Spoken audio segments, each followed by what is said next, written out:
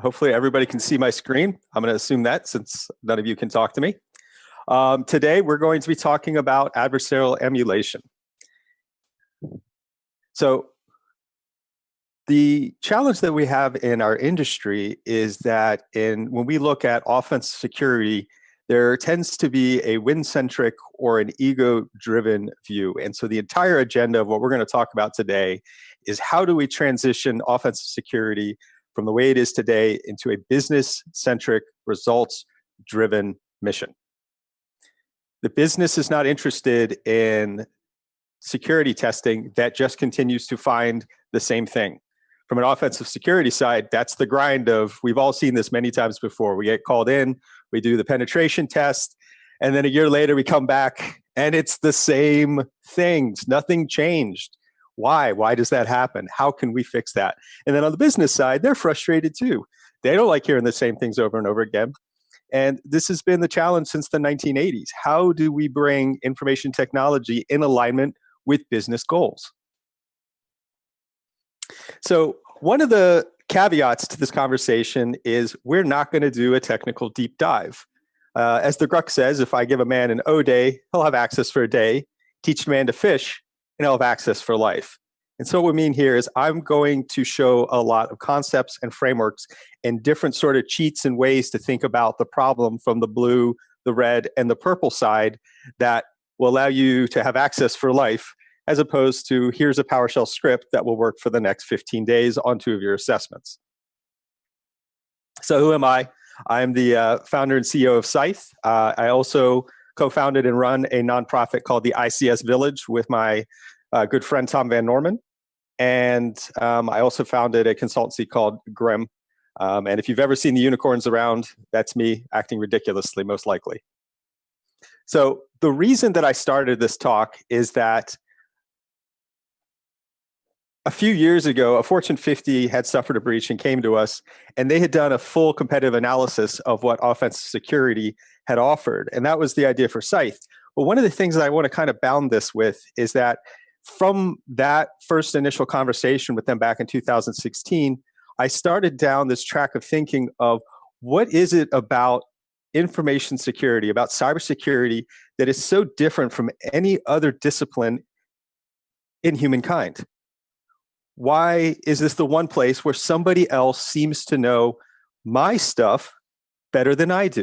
It just doesn't seem to make sense. And part of the problem is that when we look at the entire attack space, the kill chain of reconnaissance to access to what happens post-breach, that whole kill chain is infinite. There are an infinite number of ways to get access. And spoiler alert, they're not all technical. Social engineering, direct physical access, insider threats are all non-technical access means. So there's an infinite number of ways to get in. And so I kept thinking, well, where isn't there infinity? Because the problem is if we're looking out of this space of infinity, it's impossible to measure anything.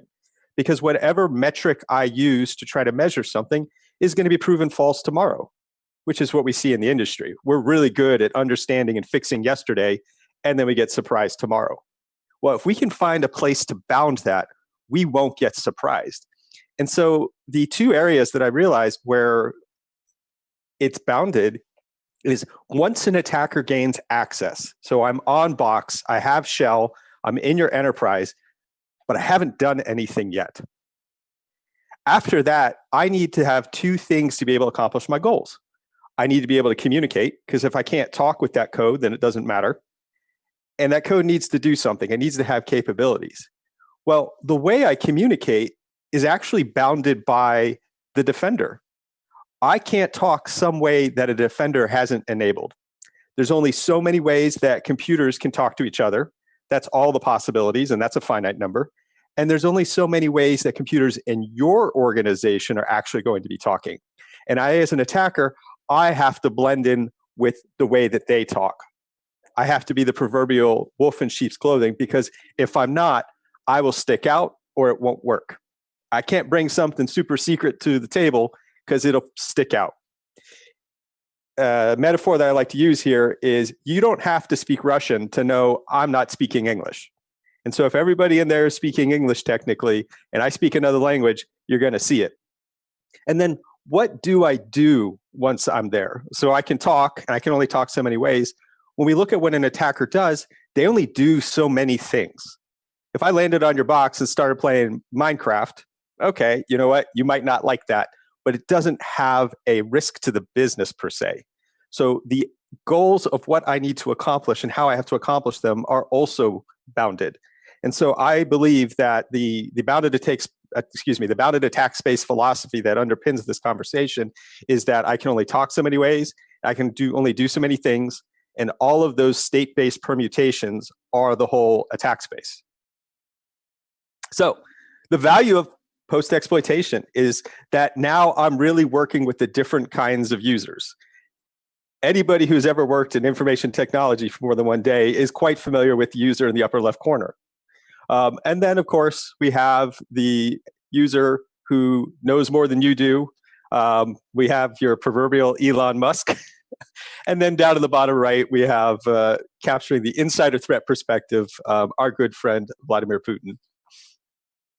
So let's set the stage for some definitions. So penetration testing is something that is used to capture a lot of different concepts. And so across the spectrum, we have at the very bottom vulnerability scanning, which is something as simple as just looking for, is something patched because I know that it's vulnerable to this kind of thing. So it's more like configuration checking, to a vulnerability assessment where I look to see, can I get access with that? And then when we get into real higher end penetration testing is where I'm now looking at what are all the ways, including ways that are not known or documented, for me to be able to get access. Another way to think about this is I think of it from the defensive perspective. This is system hardening. Is this system protected enough where I've created a fence that I know an attacker has to apply a certain amount of effort to be able to get over that to get into my system? To now a red team, which is looking, okay, we've gotten in, what can we do inside this enterprise? And now the latest thing is, of course, the purple team. And the purple team is, what if red teams were not something that was done separately where, hey, we want this goal, this red team is going to be over there operating, we don't know what they're doing until the red team completes, and then we'll get a result. A purple team is a collaborative exercise where red and blue sit down together at the beginning, plan common goals, and work through those goals together. So another way to think about it is, instead of red teaming being a one phase of the red team goes away and then comes back some period of time later with a result, they do that in milestones. Okay, so for example, application whitelisting. Does application whitelisting work in our enterprise? Do we actually only allow the executables that we want to run to run? Let's check that, because maybe it's something like we implemented it incorrectly. Maybe it's something like, well, it turns out that that control is not uniformly implemented across our enterprise. So in this case, in this case, in this case, it doesn't work. And we've discovered that. Okay, so now that we've validated that together, blue team, we want you to whitelist these executables because we're now going to take the campaign to the next step. We've now done two things. One, we validated a specific control. We did it in a shorter time period in the middle of a campaign. And then the other thing is, nobody is going to invest the same amount of resources as a true APT. So technically trying to defeat your application whitelisting, by merely doing the whitelisting there in a collaborative way, we accomplished that same goal, but we didn't have to spend that amount of effort to do something that we can assume that the adversary is going to be able to do. And so when we're talking about emulation, which is the purpose of this talk, we're talking about that whole spectrum from penetration testing through to the continuous purple team concept. So penetration testing, primarily exploitation focused, a lot of a crown jewels or bust perspective. I get in, I escalate, I own domain. That's great. However, just doing that, not as great. And the reason that's not as great is that may not be the adversarial tactic that matters. Engagements tend to be shorter because, of course, this is the real world. Not everybody has unlimited money. We don't have unlimited resources. So engagements tend to be shorter, and as like we discussed, they don't necessarily emulate a real world behavior. There's two kinds of red teams, of course. There's, if you're an enterprise lucky enough to have one, there's your own internal red team, or there might be an external red team, like a Black Hills or a Nisos or a Grim. So internal teams are going to be looking at repeated engagements and focused on remediation testing. One of the things that, of course, happens with a red team is that's internal is by definition, they're going to have certain privileged and insider information. By definition, they will. They are employees of that company. There's going to be things that they already know. Whereas an external red team can be a way to get a fresh look. There are certainly sometimes compliance requirements which require an independent third party to conduct that test. But there's also the advantage of here's a fresh set of eyes that's going to approach the problem from a different perspective. And that imagination and that unique approach is going to help your internal team get a different view. The challenge, of course, is going back to that resource limitation is they are by definition going to be snapshots. If I get an assessment that's once a year, the report and the insight that I get from that assessment is going to be based on whatever number of unknown variables indicated that result based on the constraint that that test was able to be conducted. So some other pieces that I wanted to get into is there's also been a lot of debate in industry about emulation versus simulation. So Tim Malcolm-Vetter, who is the enterprise red team lead at Fortune 1, talks about emulation versus simulation. So emulation being a specific production, whereas simulation is an imitation. And the phrase that he ended up coming up with to describe red teaming was more along what we see in the intelligence community of false flag operations, AKA where an adversary tries to look like somebody else. I'm the Russians, I'm using Iranian malware, so you think it's the Iranians and not the Russians. He's offering that a red team should use that similar concept since that's what they're doing, since they're trying to look like somebody else.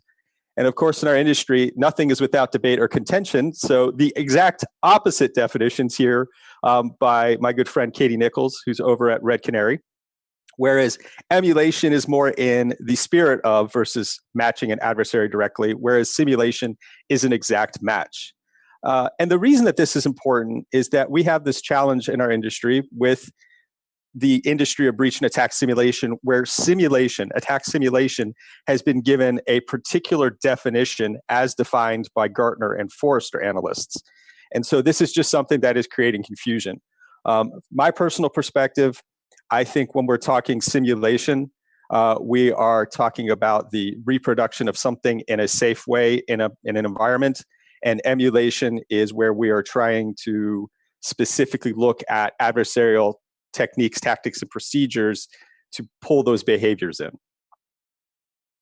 So the key elements to being able to conduct adversarial emulation are we need tools that are flexible and repeatable. They need to be customizable. We have to change the command and control. We have to change the way that this speaks. We have to change actions on objective. So another way to look at this is host activities need to be able to look different so that we're able to emulate those TTPs. And network activities need to be different because we need to emulate what's that fingerprint of what an attacker looks like. They should be repeatable. We want to be able to easily share this so that somebody else can use it. Like if the red team builds this, then the blue team is able to consume that and validate against that. We want to be able to easily run these over and over again so that we can start to get a benchmark for our performance and see where controls continue to get better or where there was a change and a control degraded. And then finally, going back to the purple team idea, we want to be able to get kill chain insight. Adversaries, malware, is not monolithic. There is no APT on this planet that lands with all of the code all at once. They do it in stages. Something small and innocuous lands, feels safe, and then starts pulling down bigger and better things. And then as it moves through your enterprise, because no adversary lands where they want to land immediately, they get that call back from your domain and they're like, okay, where am I? I'm on Joe's computer. Turns out Joe doesn't have anything I care about. How do I get from Joe over to Roy and Jill who do have something interesting? And how do I iterate my way from here to there through internal reconnaissance, lateral movement, credential theft, and ultimately accomplishing my goals.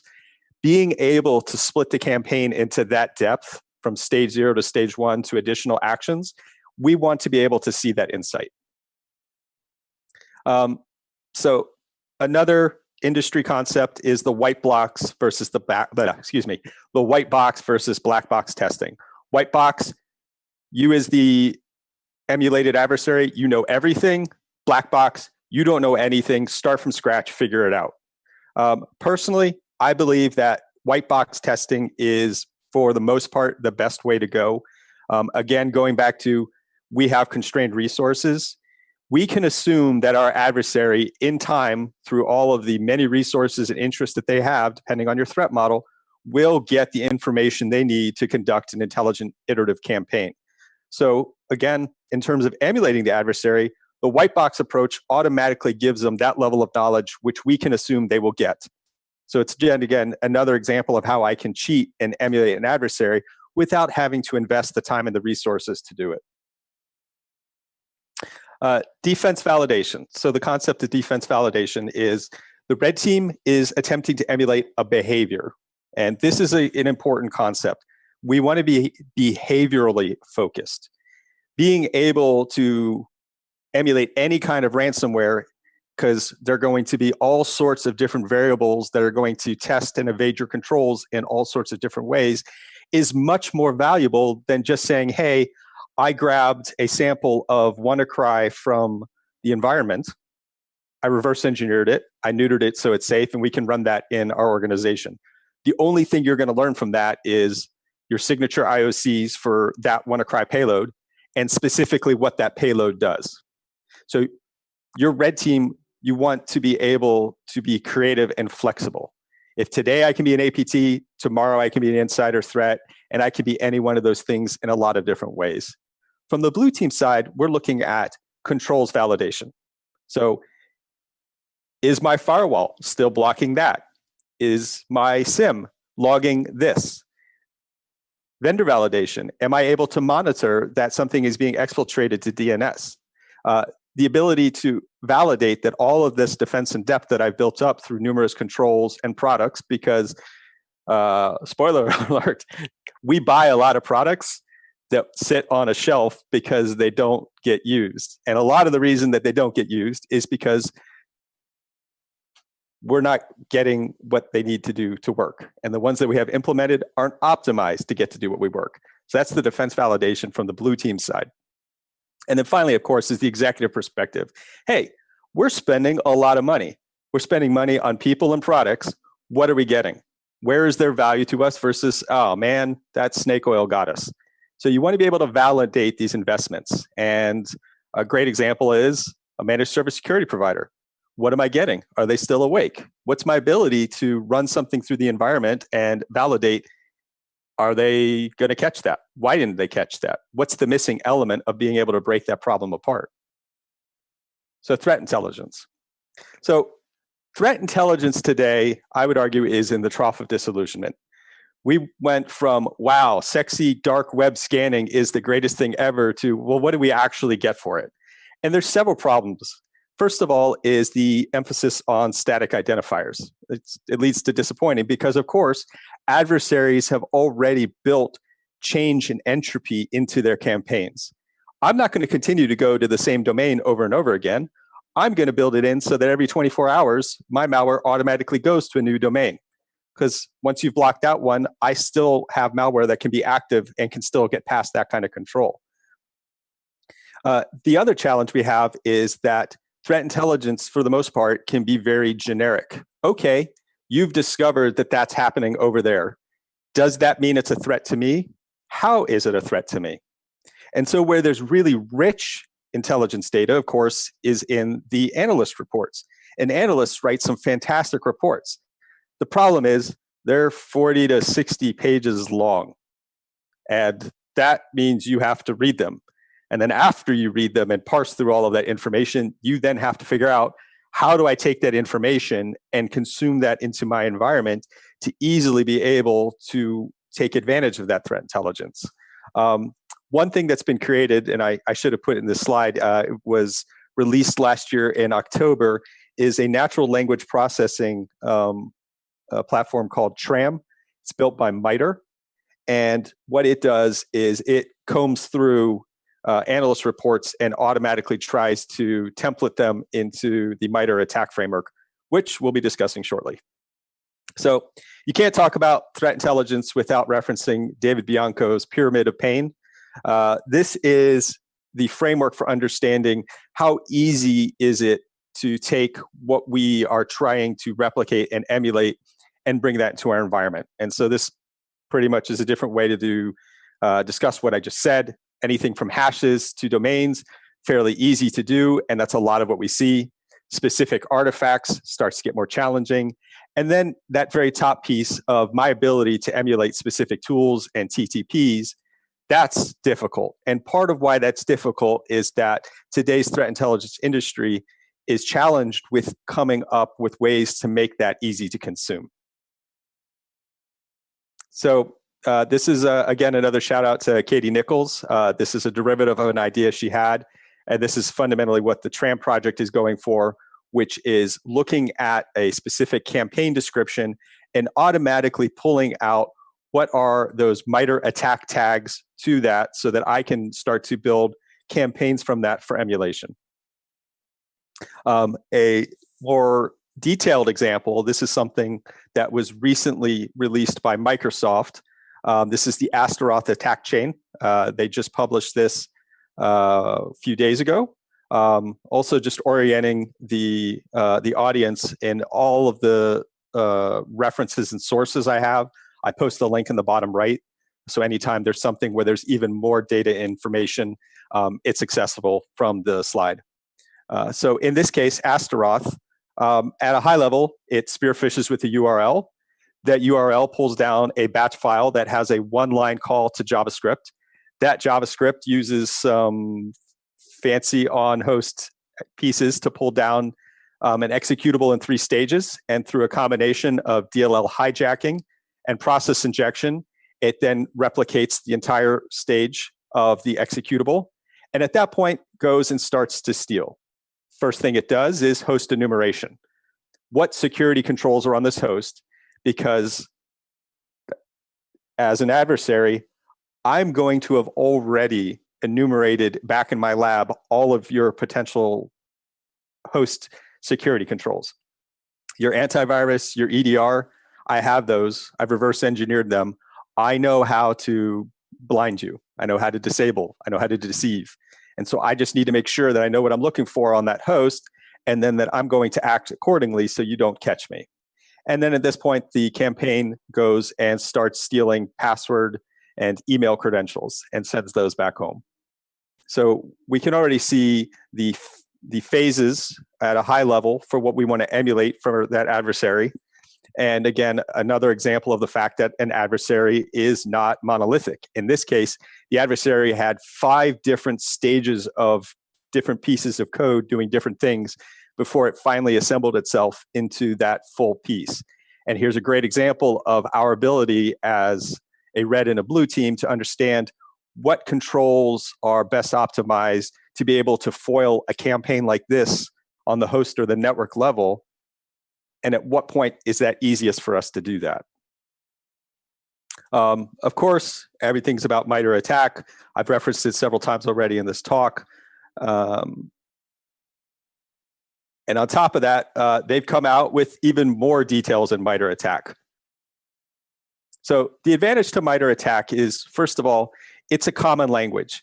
When we're looking at adversarial emulation, we now have a periodic table of a number of elements that we can now have an easy conversation where everybody is on the same vernacular of red, blue, and the executive perspective of what we're talking about. It's a great meta layer for behavior because we've decoupled the technique from the specific technical components. And as I'll show here in the next slide, how to visualize the effectiveness of this, because it's a way to start to show what you've done and what's been effective over time. The problem, of course, is anytime we create something that is simple and great, we misuse it. And so where we get into is, again, if we lose that focus on what Mitre Attack behaviorally describes, we get really pigeonholed into looking at it as these are a bunch of boxes I need to check, and I did these specific commands that validated these boxes, and I'm done. The way I like to think about it is going back to that periodic table metaphor is Mitre Attack is a great way for me to go, okay, I don't just want to test for hydrogen, and I don't just want to test for 2 parts of oxygen. I want to test for water because it's state-based. My ability to do lateral movement is going to depend on what credentials I've stolen. Those 2 things link together. And so it's a way to describe a chemical equation. Don't just focus on the elements itself.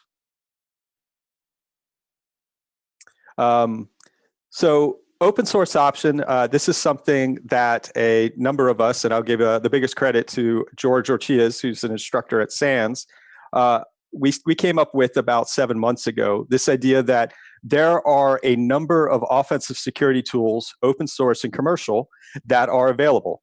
In fact, when we started this, there were about 20, and almost every single week, a new one would be identified or would be created from the open source community. So there's a lot of great research that's being done here. The challenge is it's very hard to stay abreast of all of them. Some of them are very difficult to use.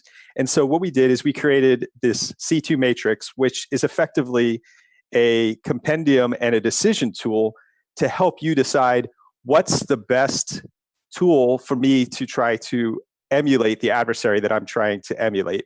It's driven by the community. So if you're interested, we're looking for folks to jump in and help evaluate specific tools. And we have a roadmap where we're going to continue to offer new things that come out of it, such as we just released a how to the C2 matrix. And what this provides is how to install and use every single tool that we've identified. Coming soon, we are going to be releasing from SANS the Slingshot C2 Matrix Edition, where 10 command and control frameworks are automatically built into it. So all of the installation and maintenance have already been done for you. We've also been working with the Kali Linux folks, so that 11 C2s will be included in there for you. And then we're going to start working in attack and adversary mapping in a future roadmap. And some of the other ideas we've had are automatically generating controls and detections from these tools, because the reality is that real attackers use open source tools, because if it works, why would I build and research something on my own when I can just use something else? So on behaviors, here's 4 different campaigns that we've seen going back to 2013. What do we notice? Well, first is they sure like HTTP. Most command and control exfiltration happens over plain text HTTP because it works. It's not hard. Second, the dwell time on most of these campaigns was around 300 days. Third, every single one of these effective campaigns is available on the criminal underground for around $50. They're cheap. I don't have to know what I'm doing, and they work. And they're still threats. So the behaviors we want to focus on for our emulation are the network space. This is a finite space. I, as an adversary, have to bend to the laws of physics the way that you do. At a higher application layer, I can be fun. At the physical layer, I become a 1 and 0 just like you do. I'm limited. As we discussed, communications are a finite space. In addition to that, I'm going to have to blend in with the behaviors.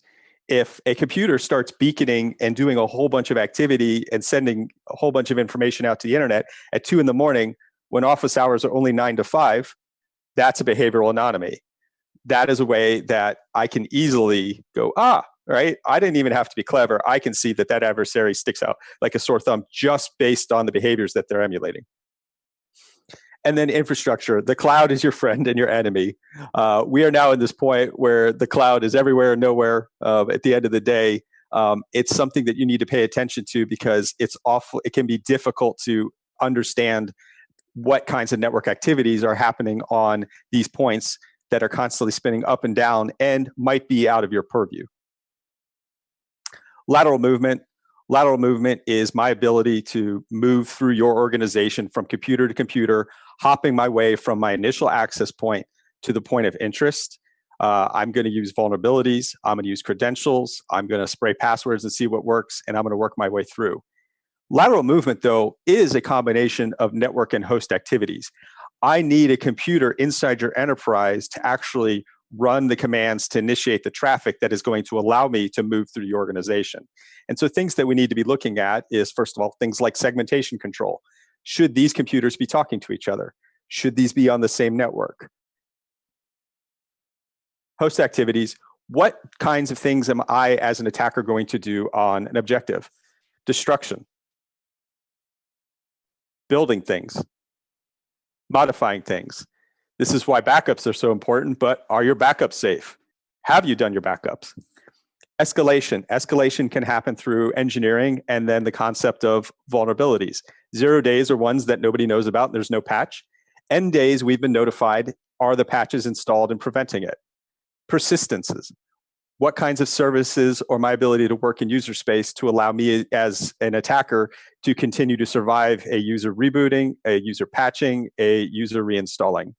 And then, of course, the all popular, what kinds of user credentials can I steal? Because not only does that give me access, I'm now given the sock puppet to look like somebody else. When I use your credentials, you inherently think it's that employee versus you thinking it's me. So pick a course, Captain. Here we go. This is loading slowly. There we go. Okay. So one other tool for this, and I mentioned this a few slides ago, is the Mitre Navigator. Mitre Navigator allows you to go through and build up a campaign, and it automatically has everything linked together. So when we're looking at what kind of exercise, what kind of adversary we want to emulate, bounding it into the Mitre Attack framework is really easy with their Attack Navigator tool to just select and then pick the pieces that you want to do, and then it'll walk you through on how to do that. So finally, with about a minute left here, toward a purple team, the advantage of going purple is you're formalizing the red and blue joint goal of securing the organization. There is now this structure around engagements of identifying the intervals and durations like we talked about. Think of it as an extended red team, except for we break it up with milestones, and then identifying the rules of engagement for what is allowed to be done. The challenge, of course, is this is still a new concept, and bureaucracy is hard, organizational change is hard. So there'll be the need to formalize with sponsorship what we're going to do. Scheduling it is now going to be more difficult because it's not as simple as, okay, red team, just go away and do something. And typically red teams are small. Now we're looking at multiple stakeholders being involved in this engagement. And then there's cultural change here. We're very used to the red versus blue dynamic, and the red and blue dynamic can be a difficult one. So an actual purple team exercise that was recently conducted at a large financial institution emphasized it's all about the TTPs, test and report the good and the bad, running high value, they definitely got high value out of it. And then just a call out to Zena Olson, she's going to be presenting a talk at ThoughtCon going in even more detail on this. For those of you who want some more, my friend George Orchias runs a SANS SEC 564 class, and that's it. I will be jumping over to the other Zoom for questions and answers. Awesome. Thank you so much, Bryson. It was great to have you on, and appreciate you taking some time and sharing all the cool stuff that you guys are working on and your perspective here on adversarial simulation.